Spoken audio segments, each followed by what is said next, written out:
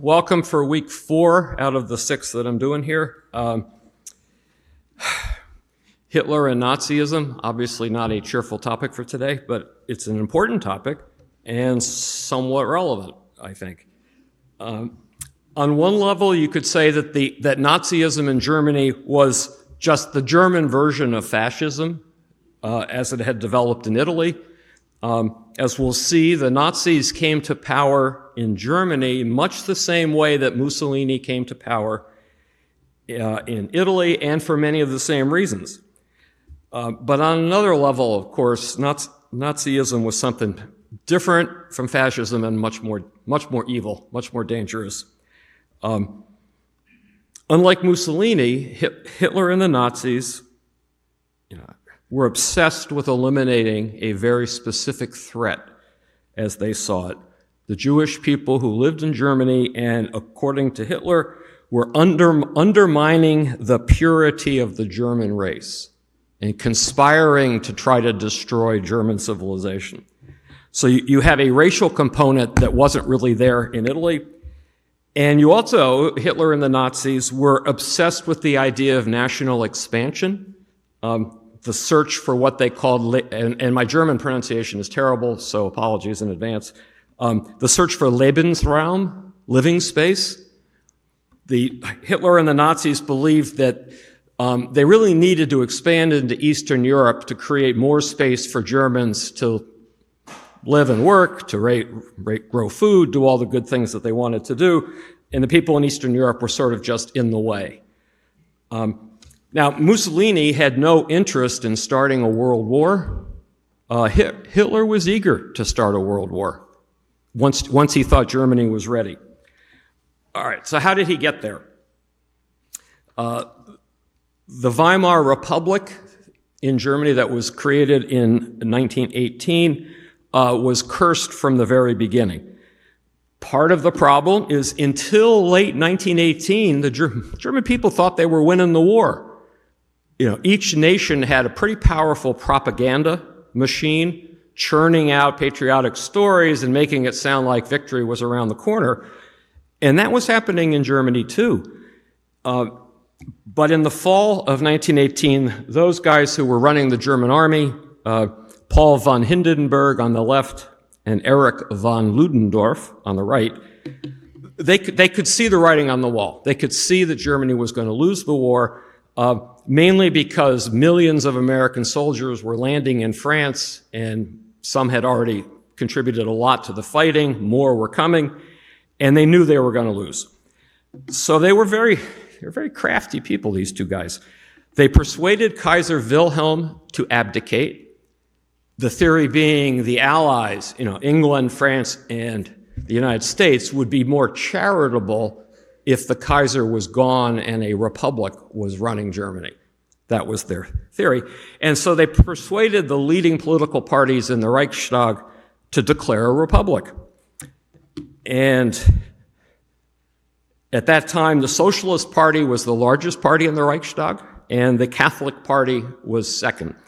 And those two parties, the leaders of those parties agreed. Wilhelm abdicated, and on November 9th, 1918, the leader of the Socialist Party, Philipp Scheidemann, from that window that you can see there with the X in that big building in front of a big crowd, declared that Germany now had a republic. What Hindenburg and Ludendorff were really wanted was for the politicians to get blamed for what was about to happen. They didn't want it to look like the army asked for an armistice. They wanted the politicians to have to ask for the armistice, which is what happened.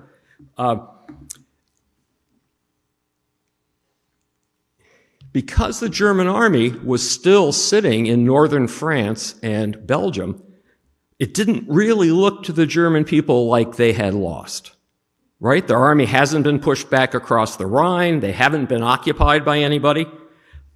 It was easy for a lot of Germans, and this myth was encouraged by the military leadership, to suggest that the German army had been stabbed in the back. And the two culprits, and they're represented on these cartoons that I found, are either the socialist politicians, and that's Scheidemann carrying the big knife in the upper cartoon, or the Jews, and that's a caricature of a Jewish person carrying a knife in the lower cartoon. So the myth starts from the very beginning that Germany didn't really lose and that it's the politicians and the Jews who are responsible for what happened. In early 1919, Germany had an election for an assembly to draft a constitution. For the first time, women were allowed to vote, so it was universal suffrage. And the election results will show you that the socialists, the Catholics, and a liberal party called the Democrats had a majority in the Reichstag. So for a brief moment, parties committed to the Weimar Republic actually have a majority. And it's the people running those parties who have the thankless job of going to Versailles and finding out what the peace terms are. Because remember, they hadn't participated in the discussions. They were told to wait for it. And when they had asked for an armistice, they kind of assumed they were going to get a treaty that looked like Woodrow Wilson's 14 points. But that's not what happened because Britain and France wanted to punish Germany and make it clear that Germany could never wage war again. When the German leaders found out what the terms were, they were shocked. And there were protests. That's a crowd, I think, in Berlin on the lower right there. But the German leaders had no choice because England was maintaining its blockade. And ordinary German people were literally starving to death. Food wasn't getting in there. And the leader, that was a cruel effort, a way to get leverage that the British and the French used. And it worked. That was one of many reasons the German leaders felt they had no choice. So what was wrong with the treaty? There are some big geographical changes. On that particular map, and I think the print is a little fuzzy, but I couldn't find a better version. The dark black line represents the boundary of Germany before the war. To pay off France, Germany gives up the provinces of Alsace and Lorraine down there in the lower left. It sacrificed the province of Schleswig-Holstein to Denmark. That's up there in the north. The treaty created a new Poland, and so that the new Poland would have access to the Baltic Sea, a corridor, the so-called Polish corridor, was carved out. It's that purple part on the right of the slide. And so you had a portion of Germany, East Prussia, cut off from the rest of the country. But it got worse. The treaty prohibited the Germans from having their army located in the Rhineland region next to France. So that area with the yellow stripes, that was, the term was demilitarized. The Germans couldn't have any soldiers in that region. Their army was limited to 100,000 men. They were forced to sign a war guilt clause, assuming full responsibility for causing World War I. And as I mentioned a couple weeks ago, that's nonsense because a lot of countries in Europe had a role in causing World War I. And Germany received a bill for $12.5 billion as reparations to pay Britain and France. Now, a few months later, an assembly met in the town of Weimar in Germany and drafted a constitution, universal suffrage, a Reichstag, a legislature with proportional representation, meaning if a party gets 10% in the election, it's going to have roughly 10% of the seats in the Reichstag. They're going to elect a president for whose term lasts 7 years. And the way the government operates is the president picks a chancellor who has to be able to muster a majority in the Reichstag. Constitution also had Article 48, which said in case of emergency, the president can rule by simply issuing decrees. And that's, of course, going to become pretty important very soon. Now, got to understand, large segments of German society, of the German people, did not accept this government as legitimate. And most members of the military, the civil service that had been running the country for years, the police, the legal system, most of the lawyers and judges, they really all wanted to bring back the Kaiser. They didn't want this. And as I said, many people believed that the German army hadn't lost, and many people blamed the Weimar Republic for the terms of the treaty. It was the German army that lost the war, but it was the Weimar Republic that got blamed for what happened. In the next election, you can already see a bit of a tilt because that majority I mentioned before no longer has a majority in the Reichstag. The socialists, the Catholics, and the Democrats come up a little short. The only way they can form a government is to include the Nationalist Party, and they wanted to bring back the Kaiser. So there was the majority in the Reichstag was not all committed to the government. What happens in the next couple of years was one of history's greatest cases of hyperinflation. The Germans were slow on making reparations payments. So in 1922, the French army simply occupied the industrial region of Germany and started trying to mine the coal and operate the factories for itself to pay itself. The Germans sort of went on strike, passive resistance. I cannot explain the economics of this, but what happened next was the German mark took off into the stratosphere. The conversion rate, and you can see within the space of just a few years, the conversion rate to the dollar went from 14 marks to 44.2 trillion marks. That bill, the German language is a little different. That is actually a 5 trillion mark note. You needed 9 of those to make a dollar. It took 300 paper mills running and 2,000 printing presses just to keep up with printing the marks. And they became less and less useful. So look at those wonderful photos. The kids in the upper left are playing with bundles of marks because they're not worth anything else. The woman in the middle is burning the marks for heat because you got more heat by burning the marks than trying to use them to buy wood. And the guy on the right is going shopping. Okay, and the chances are by the time he got to the store, the prices had gone up another 200%. It was chaos, economic chaos, and one of the things it did, we're all living, I think, most of us in this room are living on our savings, right? Money we were able to accumulate when we were working more systematically. And imagine that the dollar is suddenly worth about 1 trillionth of what it's worth today. Your savings are gone. The German middle class got wiped out by this because, the wealth that the German middle class had saved for themselves becomes absolutely worthless. Naturally, a lot of Germans blame the Weimar government for this, and naturally, a lot of Germans blame the Jews for this, as it's some sort of evil Jewish banker conspiracy. Now, people weren't just sort of sitting at home grumbling about what was happening. Germany was filled with ex-soldiers who liked to march around together in sort of quasi-military uniform, and if they had them, they liked to continue to carry their rifles.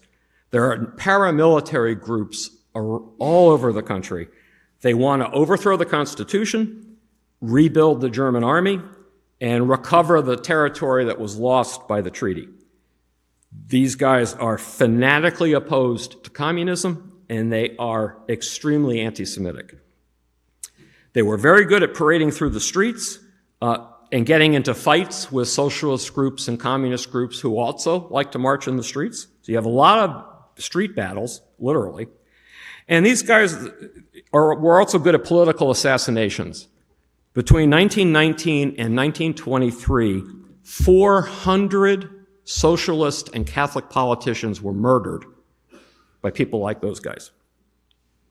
Now, one of the groups on the extreme right was the National Socialist German Workers' Party. Its leader was Adolf Hitler. There he is as a baby. There's the house he was born in Austria. He had a tough childhood. His father beat him relentlessly. He became a bully who beat his sister relentlessly. He wanted to be an artist, and there are two of his paintings. But he was rejected twice by the Academy of Fine Arts in Vienna. So he was frustrated and angry at that. And then the war came. And amazingly, he happened to be in Munich when the World War I was declared. And he's in the crowd, and amazingly, some diligent person found him in the crowd. You can see in that circle there, he is excited. The thought of the war brings life and energy to Hitler that he had not been having in civilian life. He immediately joined the German army.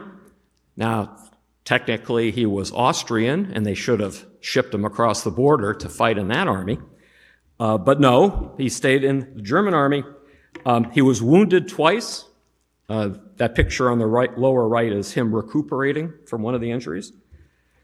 He rescued a soldier who was trapped in no man's land and brought him back to the German lines. He received a medal for bravery from the Kaiser Wilhelm personally. And he finally felt like he had a purpose sitting with his comrades in the army. And there he is on the far left of that group. After the war, he didn't really get a job. He hung out with the extreme nationalist groups in Bavaria. In 1920, he joined this little National Socialist German Workers' Party. That's his membership card on the upper left there.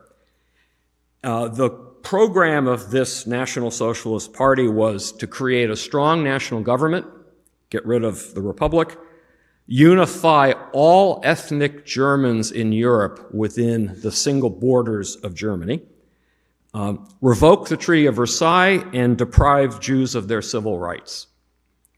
It turned out Hitler hadn't been good at art, but he was incredibly good at public speaking. And he soon became one of the most popular speakers in these beer halls and other rooms where the far-right groups were gathering and listening to speeches.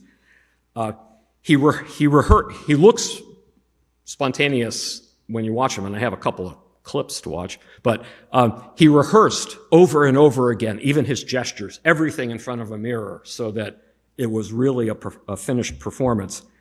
He said to a colleague, "The broad masses of the people can be moved only by the power of speech." He also said, "If a people is to become free, it needs pride and willpower, defiance, hate, and once again, hate." That's how you bring a people together. Now, in November 1923, Hitler wanted to copy what Mussolini had just done the year before by marching on Rome and taking over, or being given the keys to the car, I guess you'd say, better. So he organized a putsch in Munich. He enlisted General Ludendorff, who was like the big celebrity among the people on the far right. They marched into a beer hall and announced that they had taken over the government of Bavaria. It's true, a group of Nazis had arrested the president of Bavaria and taken over a couple of government buildings in Munich.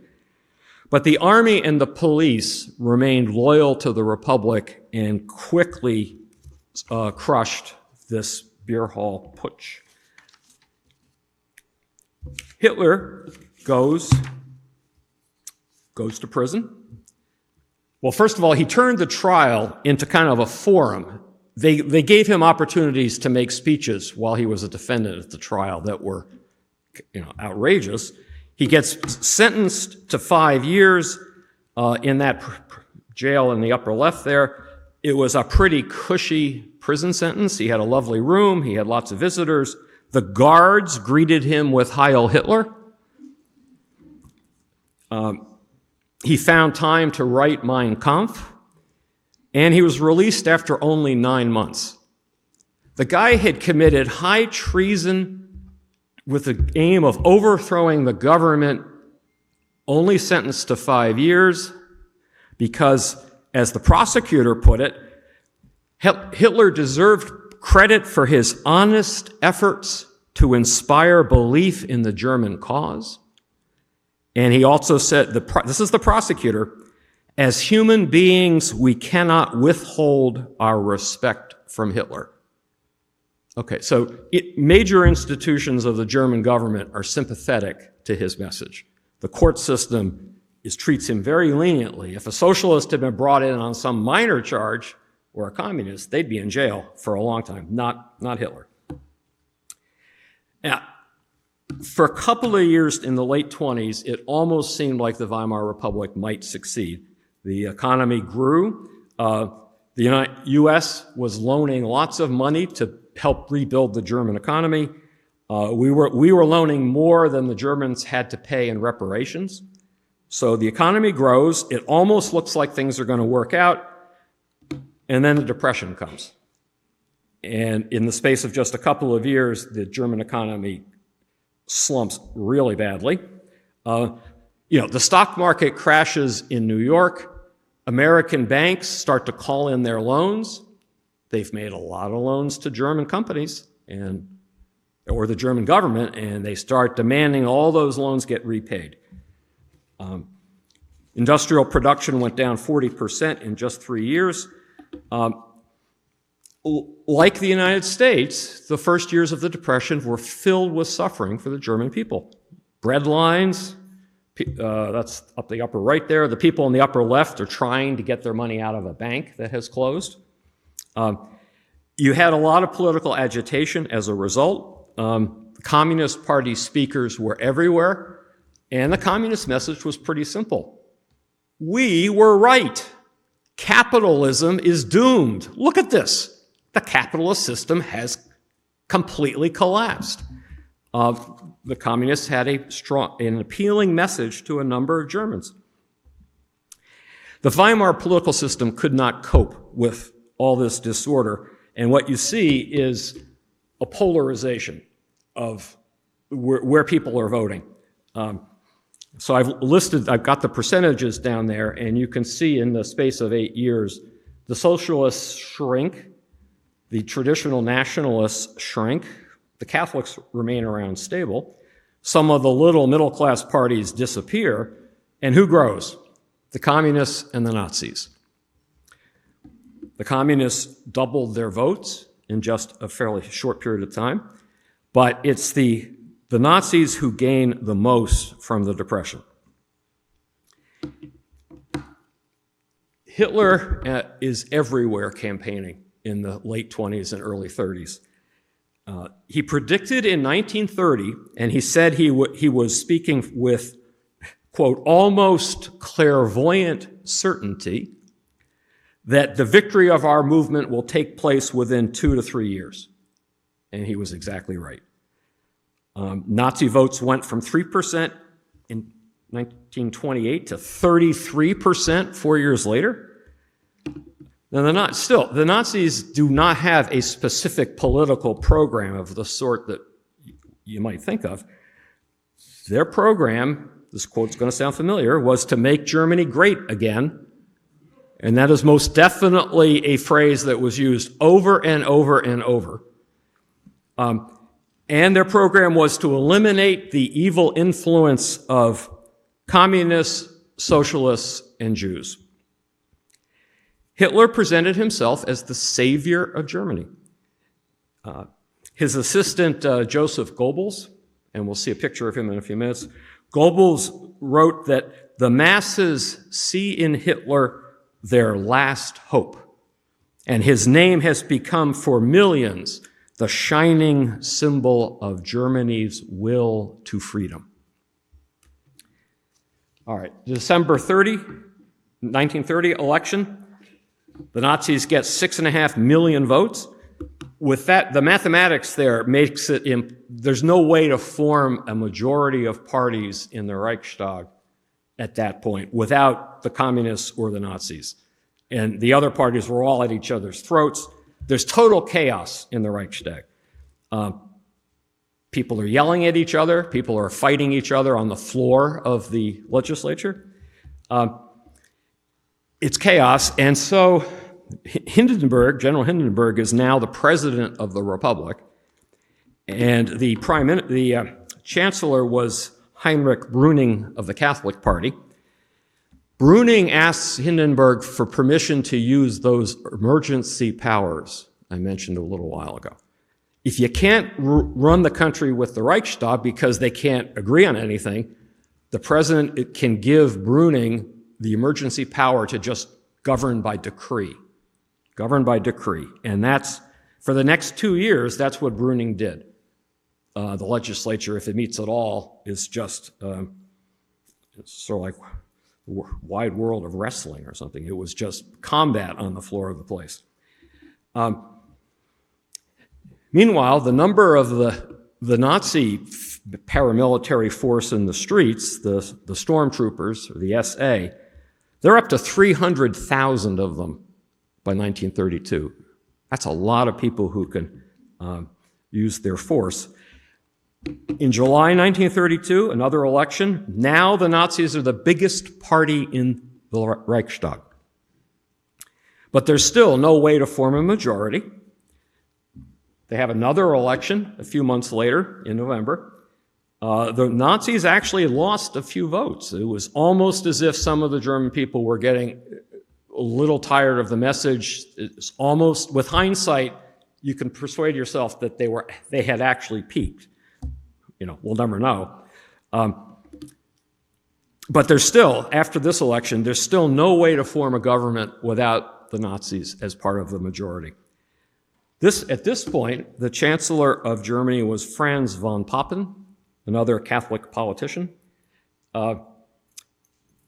Sadly enough, von Papen was generally recognized as truly incompetent.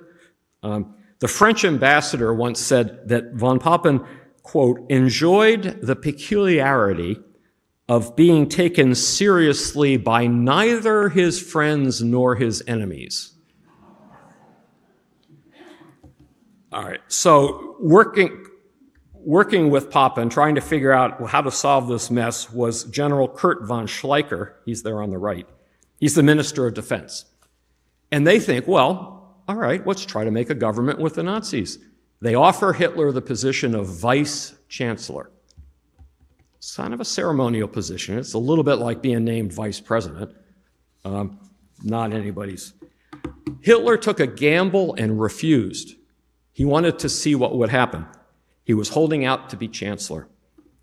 And at that point, Schleicher advised General Hindenburg that the only solution to the logjam was to name Hitler chancellor. January 30, 1933, von Hindenburg named Hitler chancellor. There's Hitler looking very modest while shaking von Hindenburg's hand. You gotta love this. I don't know where this comes from, but look at that headline from the Boston Herald. Hitler pledged to rule sanely as German head. I found that on the internet. I'm just like, what in the world was that reporter thinking? Where did that come from? You know, had Hitler said anything that resembled that? Anyway, I have no idea, but I had to show it to you. Now, this is a coalition government. Hitler and the Nazis only have 3 minister positions within the cabinet that would govern Germany. What you have here is von Papen, Hindenburg, the political leaders, the political mainstream leaders in Germany, all assumed that once he got into office, Hitler would settle down and they could control him. It's like, yes, he's said a lot of wild and crazy things, but he'll become more responsible once he's in office. And because he has no experience, we can kind of make sure that he does what we want him to. The simple fact is the social and political elite in Germany just found it hard to take Hitler and his friends seriously because of who they were. Just a quick, that's a roster of some of the very, very top figures in the government. Hitler is a failed art student, nothing more than that. Hermann Goering, who was Hitler's designated successor, he at least had been a flying ace in World War I, so that was his claim to fame. Joseph Goebbels, head of propaganda, he had a PhD in literature. He failed as a playwright, and he was working as a bank clerk. Ernest Röhm, who ran the SA, the stormtroopers, his father worked for the railroad. He didn't really hold a steady job. He just hung out with the paramilitary groups after the war. Heinrich Himmler, the head of the SS there, which was becoming Hitler's private army, he was an agriculture student and an unsuccessful chicken farmer. Martin Bormann, who was Hitler's private secretary, he also was an agriculture student. He helped run an estate somewhere in Prussia. Rudolf Hess, who was deputy Führer, was a history student who had never had a real job. Now, Hitler knew what was going on. He said, they underestimate me because I have risen from below, because I haven't had an education, because I don't have the manners that their sparrow brains think right. This is a revolution by people lower down in the social scale who are going to have a chance to run the show, and they have a number of scores to settle. But the point here is, this is not a revolution. This is not a coup. Like Mussolini, Hitler came to power according to the constitution of his country. The regular political process brought him the post of chancellor. And as we'll see, he had a very strong base of support. Now, the real frightening thing is how quickly the Nazis took over full control of Germany. And they were helped by a very stupid communist. Acting on his own, a communist decided to burn down the Reichstag building. And he actually committed the arson, and that's the building burning, and then you can see some of the ruins afterwards. This is just a few weeks after Hitler became chancellor. Now, the communists, when they arrested him, said that he was acting alone. He was just, pissed off. And Hitler announced that this was the start of a communist revolution. There is a broad communist conspiracy to take over the government of Germany, and he said there can be no mercy. Whoever stands in our way will be mown down. The German people will not tolerate clemency. He went to Hindenburg, asked Hindenburg for emergency powers. Hindenburg issued a decree that suspended civil liberties in Germany. No more freedom of the press, no more freedom of speech, no more freedom of assembly, no secrecy for the mail. These are rights that weren't reinstated until after the war.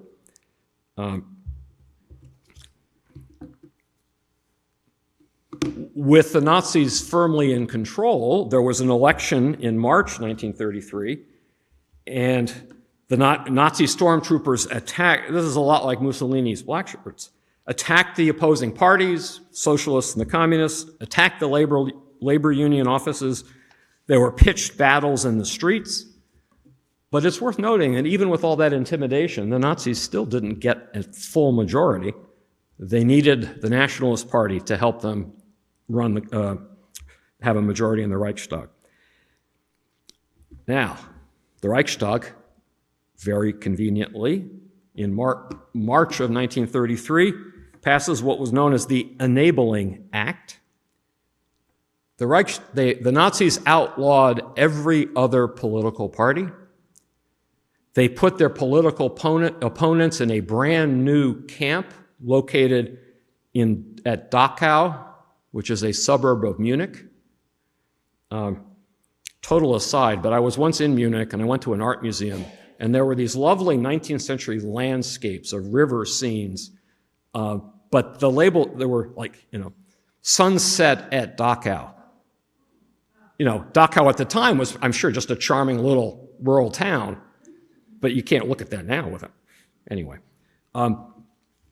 Hitler also created a new secret police known as, the Gestapo. They introduced censorship and decided to do their best to destroy opposing ideas. 2 months later, Goebbels organizes book burnings across the country.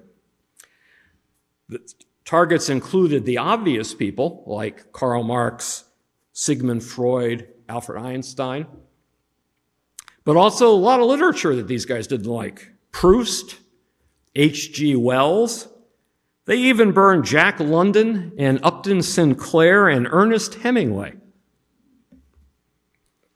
Goebbels announced, Jewish intellectualism is dead. National Socialism has shown the way. The German folk soul can again express itself. And this is a government that rests on a cult of Adolf Hitler as der Führer, the leader. You can see some of those heroic images of him there carrying the flag, leading the way. The soldiers in the army took an oath of loyalty to him personally. And a number of German intellectuals drank the Kool-Aid. Martin Heidegger, who some of you may know is one of the most famous philosophers of the 20th century, very important figure. Heidegger said that the Führer himself, and he alone, is Germany's reality and law today and in the future. And he wasn't complaining. He thought that was, at the time, he thought that was a good thing. Now, these people had big rallies. And they're not, the folks who show up for these rallies are not all there because someone forced them to go. This government was really popular among ordinary Germans. I mean, look at that. How about that? Try counting the crowd in that one. Lots of ordinary Germans were caught up in the excitement. They still believed that Germany hadn't lost the war, they'd been robbed, and they believed that only Hitler could pull the country back together and return it to glory. And so I found a couple of clips. I mean, you actually can find hours worth of Hitler speaking if you look on the internet. And much of it comes with English subtitles. I just found a couple of clips I thought might be a bit illuminating. In the first one, he's speaking to a massive audience of Nazi youth groups. And in the second one, he's speaking to a large gathering of leaders of the Nazi Party. Denn ihr seid Fleisch, von unserem Fleisch und Blut, von unserem Blut. Und in eurem jungen Gehirn brennt derselbe Geist, der uns beherrscht.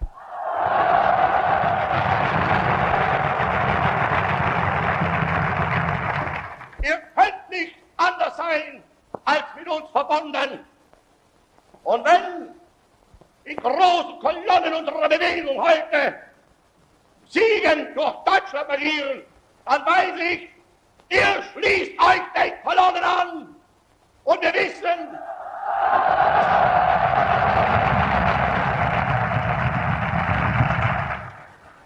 vor uns liegt Deutschland, in uns marschiert Deutschland und hinter uns kommt Deutschland.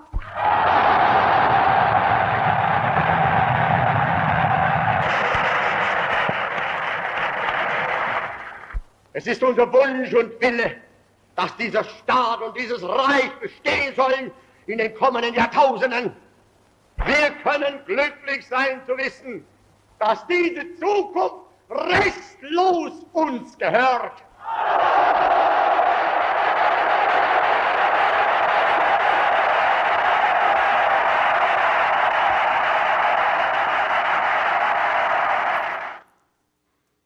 There's a reference to the 1,000-year Reich, if you could read the subtitles, that he's trusts and believes that the Nazi government will last for 1,000 years.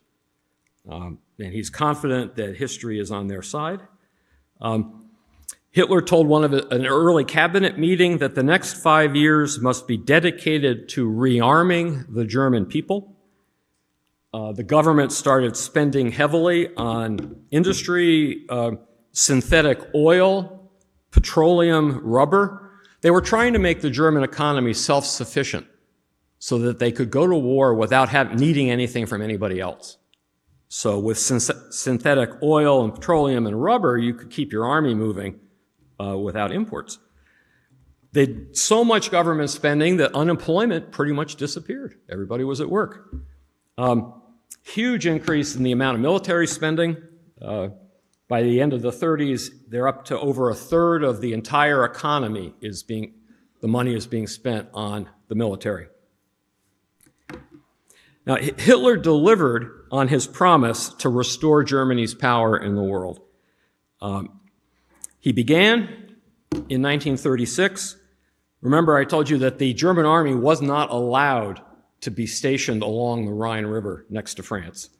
And in March 1936, Hitler ordered the army to go across the border and into the Rhineland again.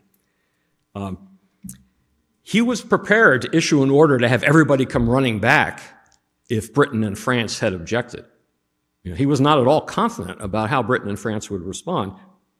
But it's been 17 years since the Versailles Treaty, and Britain and France just didn't care anymore about this. So nobody complained. The German army went back into the Rhineland, and German citizens were saluting. Next, he pressured Austria, which was a separate country but filled with ethnic Germans for the most part, pressured them into inviting Germany to annex them. There was a Nazi movement within Austria. Although that headline from the Brooklyn Daily Eagle says Germany invades Austria, they were kind of invited in. Lots of happy people. And when he spoke to a crowd in Vienna, there were 200,000 people there. Now, if you look at that map, Germany resembles Pac-Man, doesn't it? You can tell what Germany's about to go after next. There were 3 million ethnic Germans. Oh, here's a map to help you. Czechoslovakia actually was a number of different nationalities, and the areas in blue are filled with ethnic Germans who just happened to be on the Czech side of the border. There were 3 million ethnic Germans in that region known as the Sudetenland. Hitler claimed that they were being terribly persecuted by the Czech government and that he needed to protect them, which was complete and utter nonsense. He also said, if I have to, I'm going to go to war over this, but I really, really don't want to. In September 1938, British Prime Minister Neville Chamberlain and French Premier Edouard Daladier flew to Munich to meet with Hitler and Mussolini. Chamberlain called Germany's claims to the Sudetenland a quarrel in a faraway country between people of whom we know nothing.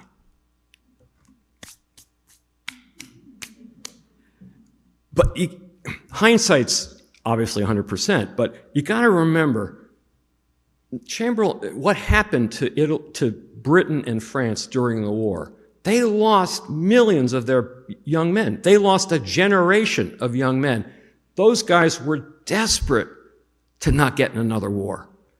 They deluded themselves that they could get away with, that they could avoid a war, but you can't They weren't simply cowards. They were remembering what their countries had gone through in World War I, and they just didn't want to see that again. So Britain and France sold out the Czechs. They agreed that they forced the Czechs to surrender the Sudetenland. On his trip back, when he gets to England, Chamberlain announces, "Don't worry, it's peace in our time." Huge crowd, lots of celebrating. Daladier, the French prime minister, who's on the right of that photo on the lower left there, Daladier also flies back, and he's circling over the airport in Paris, and there's a huge crowd on the runway to greet him too.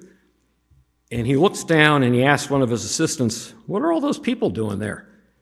And someone tells him, "Monsieur, they're delighted to see you. They think you did such a wonderful job. They're celebrating." And Daladier says to his assistant, "Oh, I thought it was a lynch mob."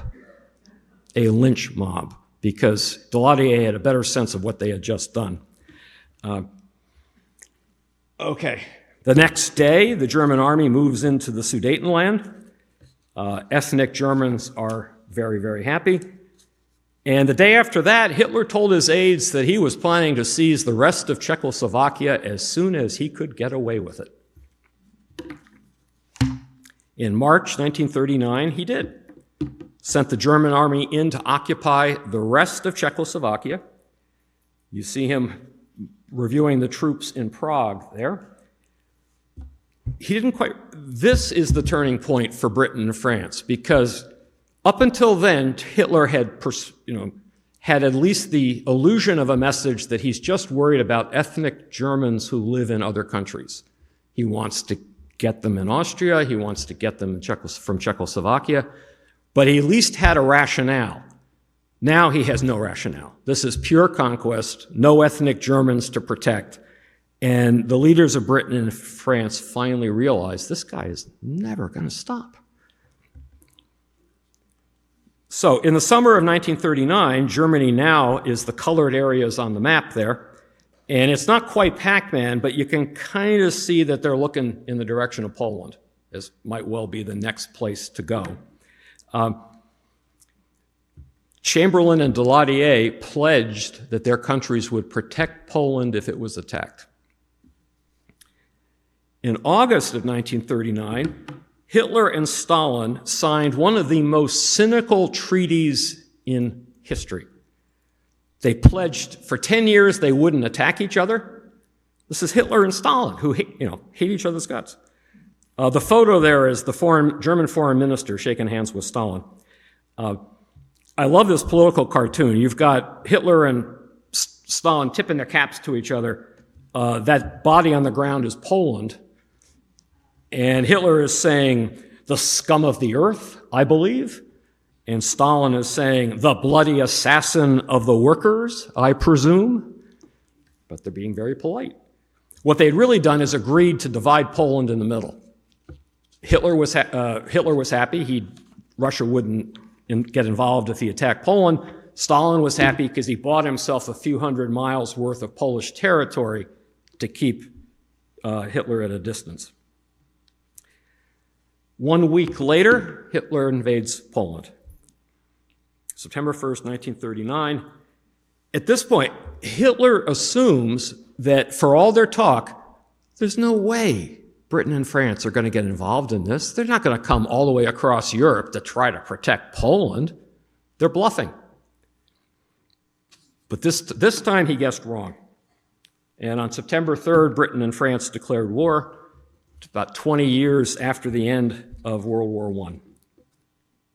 Okay, two other topics to talk about. As I said earlier, in many ways, Nazism in Germany resembles fascism in Italy. It's a crusade to restore national unity and greatness, and there's a devotion to a very strong leader. What made Nazism different was the obsession with Aryan racial purity and the danger presented by Jews. And anti-Semitism was everywhere in German society. Everywhere. I found a few cartoons to sort of illustrate, and these are contemporary German cartoons about Jews. There's an economic dimension to the hatred. Somehow you could combine the notion of Jews as evil capitalists and the notion of Jews as evil Bolsheviks at the same time. So there's the gold on one side and a hammer and sickle on the other side of the fella on the left there. Obviously, this is not rational stuff. This is myth. This is myth. The cartoon in the middle is sort of a Jewish octopus trying to take over the world. And the one on the lower right reflected this is like whites in the American South before and after the Civil War. The notion of Jews seducing pure young German maidens and defiling them. So you've got an economic dimension that Jews are responsible for the Depression and the world's problems in that sense. You've got a political dimension. Jews are responsible for Marxism, socialism, and communism. You've got a cultural dimension that Jews are trying to undermine German civilization and the unity of the German people. And there's the traditional religious dimension that, the Jews are still getting blamed for murdering Jesus. I mean, that's still prevalent among Christians in Germany in the 1920s and 30s. Now, the Holocaust, the point where anti-Semitism turns into institutionalized slaughter of millions of people, is obviously something that warrants its own course. I can't do anything resembling justice to that here. But I do feel like I should mention some of the steps along the way, and then I'll see if I can pull this together. Only a month after taking over, the Nazis announced a boycott of all Jewish-owned stores. So policemen and soldiers were putting up placards advising German Christians not to do business in those stores, and Jews were excluded from the German civil service. And that was a big operation, and all the Jewish teachers, Jewish college professors, Jewish judges and lawyers all start losing their jobs. 2 years later, in 1935, the Reichstag passed the Nuremberg race laws. Jews are not German citizens. They are not allowed to marry Aryans. That chart on the lower left there, I can't read German, but it's a way to figure out how to trace somebody's ancestors to decide whether they're Jewish or not. And the only place I've ever seen anything that looks like that is in a virtually identical chart about how you tell whether somebody's black from about, I think it was around the 1850s.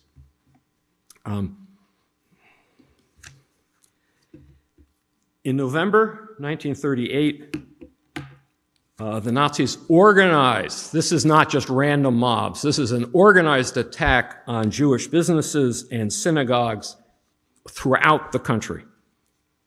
Kristallnacht in German, or the Night of Broken Glass. You can see a shop that has lost its windows. The burning building is the synagogue in Frankfurt. When I went looking for photos, there are a lot of photos of burning synagogues from this exact day. And as part of Kristallnacht, beside burning hundreds of synagogues, destroying thousands of shops, confiscating a lot of Jewish property, the Jews were ordered to pay for the cleanup. The Jewish people in Germany got a bill for 1 billion Deutschmarks, which represented 20% of the wealth of the remaining Jews in the country. And also, and this is a first step or increase in the scale, 30,000 Jewish men were sent to concentration camps. And that's a photo of some of them being led away there in the lower right. Now, while all this was happening, the German churches, which are basically the Catholic Church and the Lutheran Church, are the largest Christian churches in Germany, avoided anything resembling criticism of what was going on. Partly that was a lack of sympathy, partly that was common sense, because if you did complain publicly, the Gestapo would show up at your door. Now, in January 1939, Hitler goes to the Reichstag to celebrate the 6th anniversary of coming to power. And let's see if this works. Ich will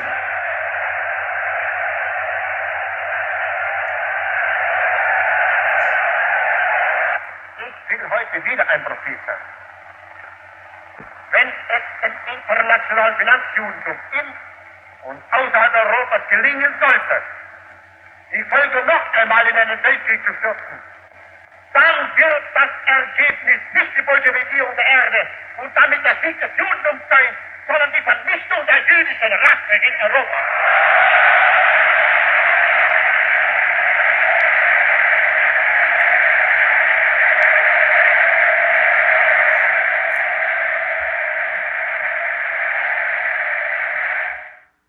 You can't get any clearer than that. If the war comes, it will mean the annihilation of the Jews in Europe. And that was a lot of very happy Nazis cheering the thought, right? Now, at the time, in 1939, the official policy was to encourage Jews to emigrate, and on the way out the door, the government would grab all of their assets. But in reality, not many Jews really were able to get away. And then in the summer of 1940, after Germany had conquered Poland, there were now 3.2 million Jews under German control. The mass killings really begin in 1941, after the Nazis invaded Russia. By invading Russia, that added another 2.5 million Jews in the Ukraine and Western Russia that were under German control. In October 1941, Hitler gave a speech in which he claimed that Jesus was not a Jew, and in which he declared, "By exterminating this pest, we shall do humanity a service of which our soldiers can have no idea." Hitler was making many public references to extermination in 1941. By the end of that year, estimates are 600,000 Jews had already been murdered. Himmler, who was in charge of the SS, and they were the ones doing much of the executing. I'm sorry, this is a weird quote, but it is the sacred obligation of the higher SS leaders to see to it personally that none of our men who have to fulfill this heavy duty become brutalized. This will be achieved by the keeping of strict discipline and by comradely evening gatherings that should be devoted to music, to lectures, and to introducing our men to the beautiful domains of German spiritual and emotional life.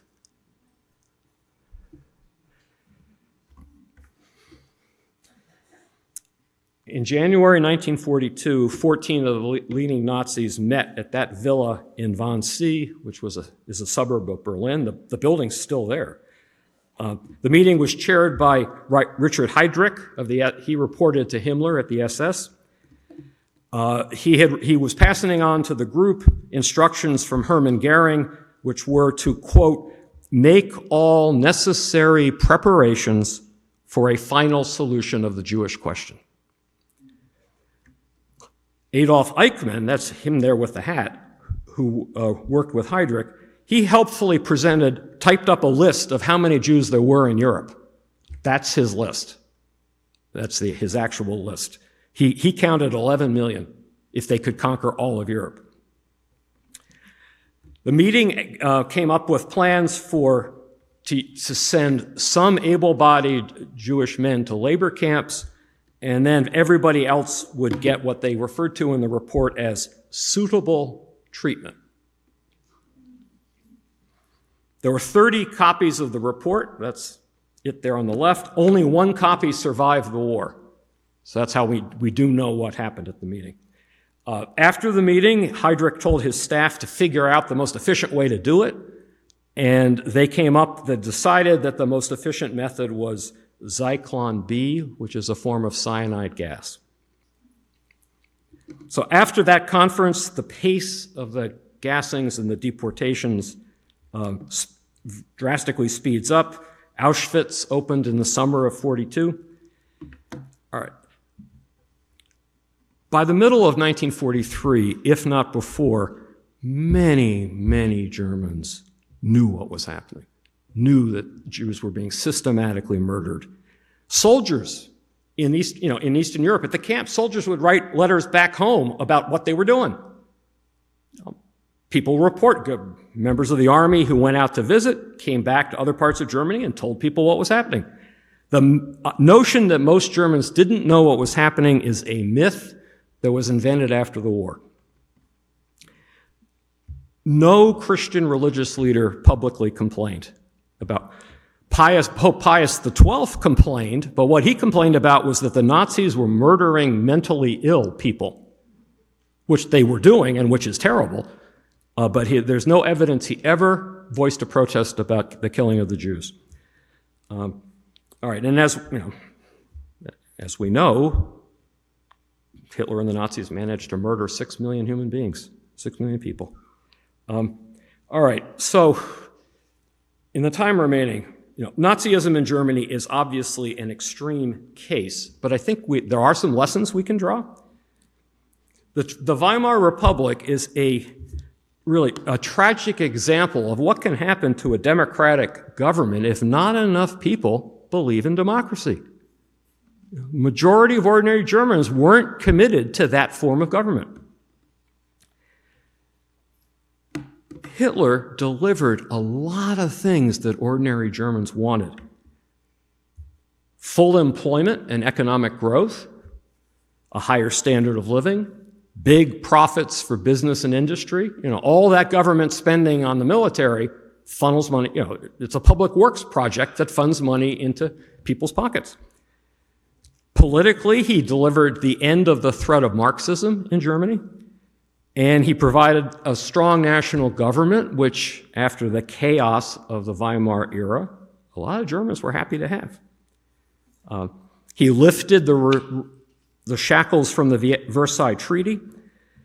He restored a sense of community and purpose, and he produced a string of diplomatic and military successes. I mean, he got really far before before his army had to fire a shot by just outmaneuvering the Western European powers. The fact is, most ordinary Germans were willing to take those benefits even if it meant the price was not having political freedom, not having elections, not having freedom of the press. It's a trade-off. And these are not all crazy people. They were making what they felt was a rational decision about what would be better for their lives, and what Hitler was promising ordinary non-Jewish Germans was a lot of what they'd been wanting. And until they started losing the war, he remained really popular. So it kind of raises a question. What is democracy good for? If you can get a strong economy, national pride, all the things that Hitler delivered, if you can get that without free elections, is that a price you'd be willing to pay? Some people would. All right. So as I said last time, I'm really trying to be objective, but I'm sorry. I was very happy I found that photo. All right, look, I really am trying to be objective because I'm a trained historian and that's my job. But I cannot help but conclude that a lot of Donald Trump's message resembles things that Mussolini and Hitler were saying. Some of this I said last time. He has absolute contempt for the institutions that support American democratic government. According to Trump, elections are rigged. You can't trust the political process. The courts are biased. The press lies. These are, The government, the court system, and the press, if those aren't the institutions that help support our system of government, I don't know what is. He doesn't accept the outcome of one legitimate election, and he said quite recently that he was going to decide for himself whether the 2024 election results are legitimate or not. He promises to make America great again. And for a lot of people, they think they know what that means, and they want America to be great in that fashion. Now, one good thing is, as far as I've heard, he hasn't talked about invading Canada yet. So he doesn't have missing from that message is the national expansion component that we saw with Hitler. I mean, that clearly is a big, big difference. But when he talks about undocumented immigrants, he starts to sound like Hitler talking about the Jewish people. Recent quotes: undocumented immigrants are, quote, poisoning the blood of our country. They are, quote, animals. They are, quote, not people. And they are, quote, not human. Now, Sinclair Lewis, and I'm sorry, I am running over a little bit, but we're getting there. Sinclair Lewis wrote a novel in 1935 about an American dictator, looking a lot like Mussolini and Hitler, and that he called his book, It Can't Happen Here. And it was an ironic title because in his book, it did happen here. So I guess that's a question. Could it happen here? There are an awful lot of Americans out there, and I'm sure some in this room, and I apologize if I'm really offending you, but there are a lot of Americans who have big resentments about what they see as the loss of American national identity and greatness, about threats to what they consider proper, sound moral values, and threats to the political power of ethnic whites in this country. Looking at the moral values for a second, what is it with this hysteria about people who are transgender? I have a daughter who is transgender, and she cannot set foot in half the states of America because she could not get medical care. It would be illegal to give her medical care. I mean, good Lord. All right. Now, no surprise, a lot of Americans, much like a lot of Italians in 1922 and a lot of Germans in 1933, are fed up with the American political system because it's a complete deadlock. Let's face it, the people down in Washington can't do anything except argue with each other. That looks, nothing's happening much. But it's a kind of chaos that isn't all that different from what Weimar Germany was experiencing in the last few years. And you got to believe there are a lot of Americans who would be quite happy if a strong president came along who would make the big decisions and get things done without waiting for Congress. Right? Almost there. Now, some of you may remember this. At his first inauguration in 1933, Franklin Roosevelt was talking about his program for America, and he talked somewhat about the New Deal. But he also said that if the programs that he recommended did not solve the problem, he would ask Congress for the kind of emergency powers that a president would get to fight a war. And you go back and listen to it. He says exactly that. The concept of Congress giving a president emergency powers, that can happen here. If Trump wins, what kind of powers might he get from a Republican Congress? He's already packed the Supreme Court. I could imagine Congress and the president declaring a national emergency and that current Supreme Court saying the national emergency justified the suspension of civil liberties. It happened during World War I. It could happen again.